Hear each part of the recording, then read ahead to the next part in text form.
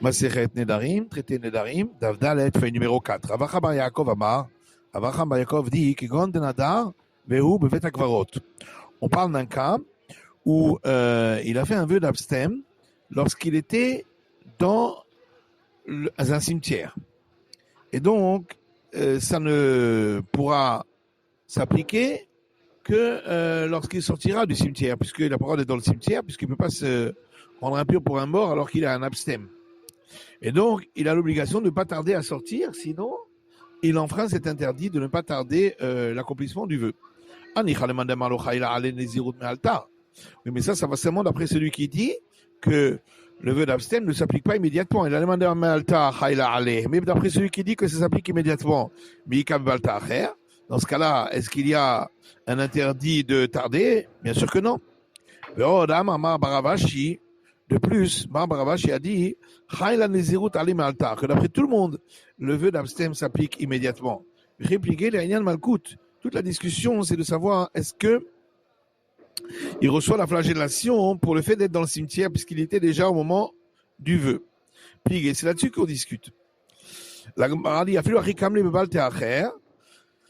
malgré tout, il enfreint l'interdit de tarder à appliquer le vœu. Parce que si il tarde à sortir du cimetière, alors il fait tarder l'accomplissement de vœu d'abstem en étant pur. Ravashi dit, si c'est ainsi, Nazir Shetim Atzmo Bemezid, un abstem qui s'est rendu impur volontairement, il a enfreint l'interdit de retarder l'accomplissement du vœu d'abstem en étant pur. Ravacha Bred Ravika Amar, Ravacha fils Ravika dit, il enfreint l'interdiction de retarder la tonsure. Pas seulement d'après celui qui dit que la tonsure que l'on fait donc à la fin de la période d'abstem, si on l'a pas faite, ça empêche de sortir de son état d'abstem. Et la fille mais même d'après celui qui dit que la tonsure, si on l'a pas faite, ça n'empêche pas de sortir de son état d'abstem grâce au sacrifice qu'il va offrir. Mais en tout cas, il n'aura pas accompli le commandement de la tonsure. Mazoutra Bred Ramari Amar, Ramazoutra fils de Ramari lui dit, il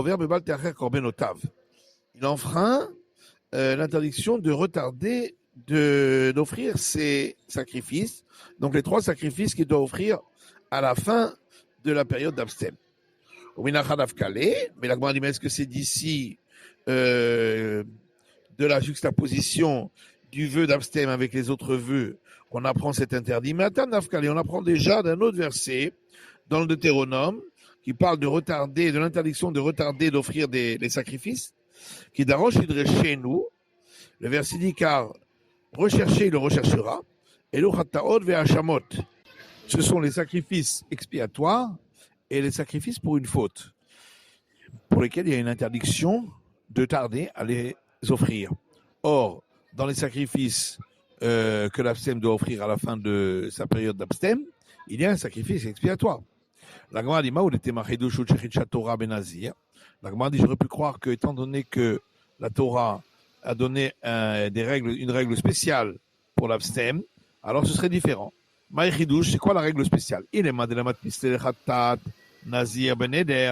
Si c'est du fait qu'il ne peut pas faire un vœu d'offrir un sacrifice expiatoire d'abstem s'il n'a pas été abstem. La Gemara dit, c'est pareil pour le sacrifice expiatoire pour quelqu'un qui a mangé de la graisse interdite. Il ne peut pas l'offrir de par un vœu. Et malgré tout, il enfreint l'interdit de ne pas tarder à l'offrir. Et la maï chidouché, alors quelle est la règle spéciale? J'aurais pu croire qu'étant donné que si quelqu'un dit je fais le vœu d'abstem, même s'il dit abstem uniquement de ne pas manger des pépins de raisin, avénazé la colle, il sera considéré comme abstem pour tout le reste. Et donc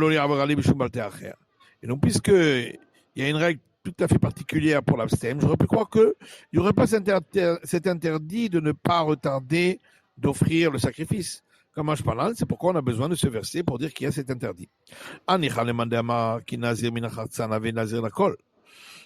ça va seulement d'après celui qui dit que celui qui fait un vœu d'abstème des pépins de raisin, il est considéré comme abstème pour tout. Et là, le Rabbi Shimon d'Amar Nazir al-Shei Azir Mikulan. Par contre, d'après Rabbi Shimon qui dit qu'il n'est abstème que si il a fait un vœu d'abstème sur le tout, Maïka Lemema, qu'est-ce qu'on va dire? De plus, Aïchidush le Khumra. Cette règle particulière, c'est une règle de sévérité. Et donc, à plus forte raison, qu'il y aura cet interdit de ne pas retarder le sacrifice qui est un interdit donc de sévérité. Et la Maïchi douché. Mais alors, c'est quoi la règle particulière de ça? Kadata Hamina, j'aurais pu croire ainsi. Oil veim gilach alachat mishloshtan yatsa. Étant donné que si il a fait la tonsure à la fin de sa période d'abstème que sur un seul des 3 sacrifices, il est déjà quitte et il n'est plus abstème. L'oli avoir allé bevalta acher. Donc, puisqu'on est coulant là-dessus, donc peut-être qu'il n'y aurait pas cet interdit de ne pas retarder l'offrande des sacrifices. Comme je parle, c'est pourquoi on a besoin de ce verset pour nous dire que non. Ibaïtima, si tu veux, je peux donner encore une autre réponse. C'est quoi la règle particulière? C'est comme on l'a dit, parce que le sacrifice d'abstème, il ne peut pas devoir l'offrir simplement par un vœu. Mais tu as posé une question qu'il en va de même pour le sacrifice expiatoire pour quelqu'un qui a mangé de la graisse interdite. Oui, mais le sacrifice expiatoire pour quelqu'un qui a mangé de la graisse interdite, il vient pour l'expiation. Et donc c'est pourquoi on n'a pas le droit de retarder. Mais le sacrifice expiatoire de l'abstème, pour quelle expiation il vient? Il n'a pas fauté. Oui, mais pour le sacrifice expiatoire qu'apporte la femme qui a accouché, de la telle kapara, il ne vient pas non plus pour une expiation parce qu'elle n'a pas fauté. Et malgré tout, il y a une interdiction de ne pas tarder à l'offrir. La Gemara répond,